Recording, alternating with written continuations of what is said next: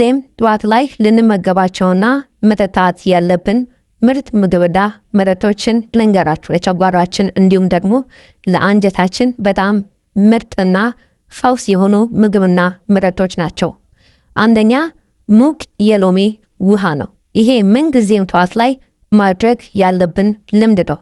ይህ ሙቅ የሎሚ ውሃ የጨጓራ አሲድ ምርትን ያነቃቃል፣ የምግብ መፈጨትን ያሻሽላል፣ መርዛማ ንጥረ ነገሮችን ያጥባል፣ እንዲሁም የሆድ መነፋትንም ይቀንሳል፣ የጉበትን ተግባርን ይደግፋል። ይህም በተዘዋዋሪ የአንጀትን ጤንነት ያሻሽላል፣ የአንጀት እንቅስቃሴንም ለመቆጣጠር ይረዳል። ታዲያ እንዴት መጠጣት ይቻላል? ግማሽ ንጹህ የሎሚ ጭማቂን ወደ 1 ኩባያ ሙቅ ውሃ ውስጥ መጨመር፣ ለብ ያለ ማለት ነው። ከዛም በባዶ ሆዳችሁ መጠጣት ነው። ለሆድ መነፋት፣ ለሆድ ድርቀት፣ ለማለዳ የምግብ አለመፈጨት፣ ዝግ ላለ የምግብ መፈጨት በጣም ምርጥ ነው። ሁለተኛ የእሬት ጭማቂ ወይም ደግሞ ጁስ ነው። የእሬት ጭማቂ ወይም ደግሞ ጁስ የአንጀት ሽፋንን የሚያረጋጉ አልወይን እናም ፖሊሳካራይድን ይዟል። የጨጓራ ብግነት ወይም ደግሞ ጋስትራይተስን፣ የአሲድ ሪፍለክስና የአይቢኤስ ብስጭትንም ለመፈወስ ይረዳል። በጨጓራ ውስጥ ያለውን ብግነትንም ይቀንሳል። መለስተኛ ተፈጥሯዊ የጨጓራ ማለስለሻም ሆኖ ያገለግላል። ታዲያ እንዴት መጠቀም ትችላላችሁ? ከ2 እስከ 3 የሾርባ ማንኪያን ንጹህ የእሬት ጄልን ከሙቅ ውሃ ጋር ቀላቅሎ መጠጣት ነው። ከቁርስ ከ10 ደቂቃ በፊት ብትወስዱት ተመራጭ ነው። አሲዳማነትን ለመቀነስ፣ ለጨጓራ ብግነት፣ ለጨጓራ ማቃጠልና ለጨጓራ ቁስለት በጣም ምርጥ ነው። ሶስተኛ ፕሮባዮቲክ እርጎ ነው ወይም ደግሞ ካገኛችሁ የግሪክ እርጎ ወይም ደግሞ ዮገርት የምንለውን። እነዚህ ጥሩ ባክቴሪያዎችን ላክቶ ባሲለስ እናም ቢፊዶ ባክቴሪየምን ያቀርባል። የአንጀት ማይክሮቢያም ሚዛንን ይመልሳል። የምግብ መፈጨትን እናም ንጥረ ምግቦችን መምጠጥንም ያሻሽላል። ተቅማጥን፣ የሆድ ድርቀትንና ጋዝንን ይቀንሳል። ታዲያ እንዴት መመገብ ትችላላችሁ? ከግማሽ እስከ 1 ኩባያ ንጹህ እርጎን መብላት ነው። አስፈላጊ ከሆነ ማር ወይም ደግሞ ፍራፍሬዎችን መጨመር። ደካማ የምግብ መፈጨት፣ የሆድ መነፋት፣ መደበኛ ላልሆነ የአንጀት እንቅስቃሴ በጣም ምርጥ የሆነ የጠዋት ምግብ ነው። አራተኛ ሁላችሁም የምታውቁት አጃ ወይም ደግሞ ኦት ሚል ነው። ጥሩ የአንጀት ባክቴሪያዎችን የሚመግብ በሚሟማ ፋይበር፣ በሶለብል ፋይበር፣ በቤታ ግሉካን የበለጸገ ነው። የአንጀት እንቅስቃሴን ለመቆጣጠርም ይረዳል። የጨጓራ ሽፋንን የሚያረጋጋ የመከላከያ ጄልንም ይፈጥራል። ለሰዓታቶች ጥጋብንም ይሰጣል። ታዲያ እንዴት ማዘጋጀት ትችላላችሁ? ግማሽ ኩባያ ኦትስን ወይም ደግሞ አጃን በውሃ ወይም ደግሞ በወተት ማብሰል።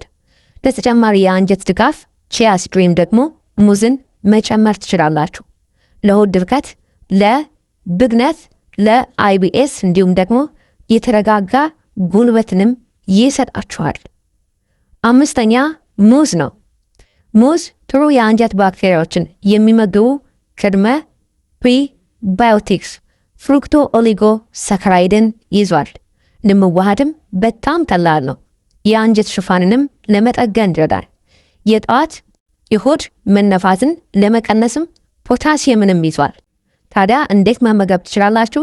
1 የበሰለ ሙዝን ዝም ብላችሁ መብላት ትችላላችሁ፣ ማለትም ከምግብ በኋላ ማለት ነው። እንዲሁም ወደ ኦትሜል ወይም ደግሞ ወደ እርጎ በመጨመር ቁርስ ላይ የመጀመሪያ ምግብ አድርጋችሁ መመገብ ትችላላችሁ።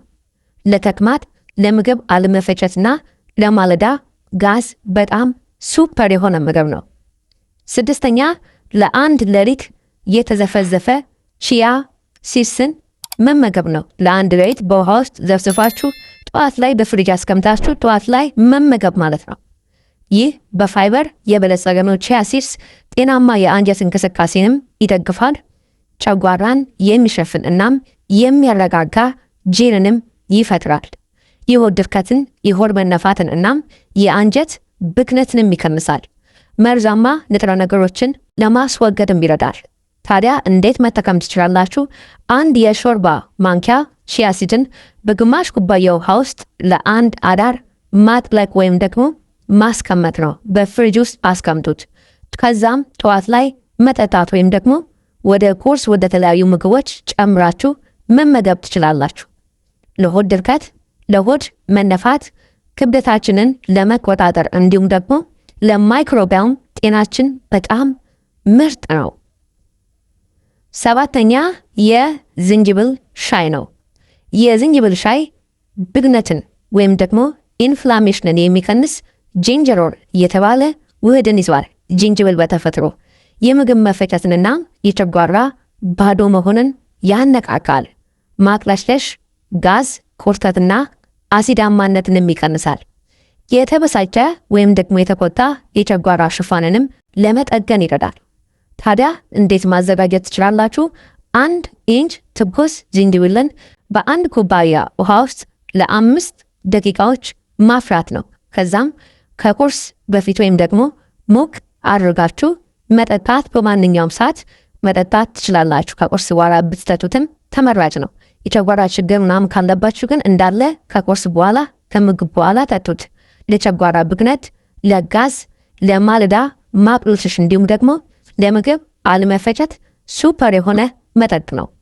ስለዚህ እነዚህን ጠዋት ላይ ብትመገቡና ብትጠጧቸው ለጨጓራችን እንዲሁም ደግሞ ለአንጀታችን ምርጥና ፈዋሽ የሆኑ ምግብና መጠጦች ናቸው። ለከፍተኛ የአንጀት ፈውስ ታዲያ እነዚህን እንዴት ማጣመር ትችላላችሁ? ለጠንካራ የማለዳ ወይም ደግሞ የጠዋት የአንጀት ፈውስን ልምድ ከፈለጋችሁ አንደኛ በጣም ጠዋት ላይ ሙቅ የሎሚ ውሃን ሁልጊዜም ቢሆን መጠጣታችሁን አትዘንጉ። የምግብ መፈጨትን ያነቃቃል፣ ሰውነታችንንም ዴቶክስ ያደርጋል። መርዛማ ነገሮችን ከሰውነታችን ጠራርጎ ያስወግዳል። ይሄ ምንጊዜ ማድረግ ያለባችሁ ልምድ ነው። ሁለተኛ የዝንጅብል ሻይ ወይም ደግሞ የሬት ጭማቂን መጠጣት ነው።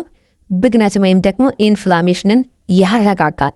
ስለ ታዲያ ቀስ አድርጋችሁ በደንብ በሙቁ ሳይሆን ትንሽ ለብ ባለ መልኩ ነው፣ በጣም ትኩስ እንዳይሆን። ሶስተኛ ደግሞ ቁርስ ላይ በፕሮባዮቲክስ እናም በፋይበር የበለጸገ ምግቦችን መመገብ። እርጎና ሙዝን ቀላቅላችሁ ከፈለጋችሁ ወይም ደግሞ ቺያ ሲድስን ከኦትስ ጋር ኦትሚል አዘጋጅታችሁ ቀላቅላችሁ መመገብ ነው። ይህም አንጀትን ከሁሉም አቅጣጫዎች ይደግፋል ማለት ነው። ብግነትን ወይም ደግሞ ኢንፍላሜሽንን ይፈንሳል፣ ጥሩ ባክቴሪያዎችንም ይጨምራል፣ እንዲሁም ደግሞ የአንጀት እንቅስቃሴንም ያሻሽላል።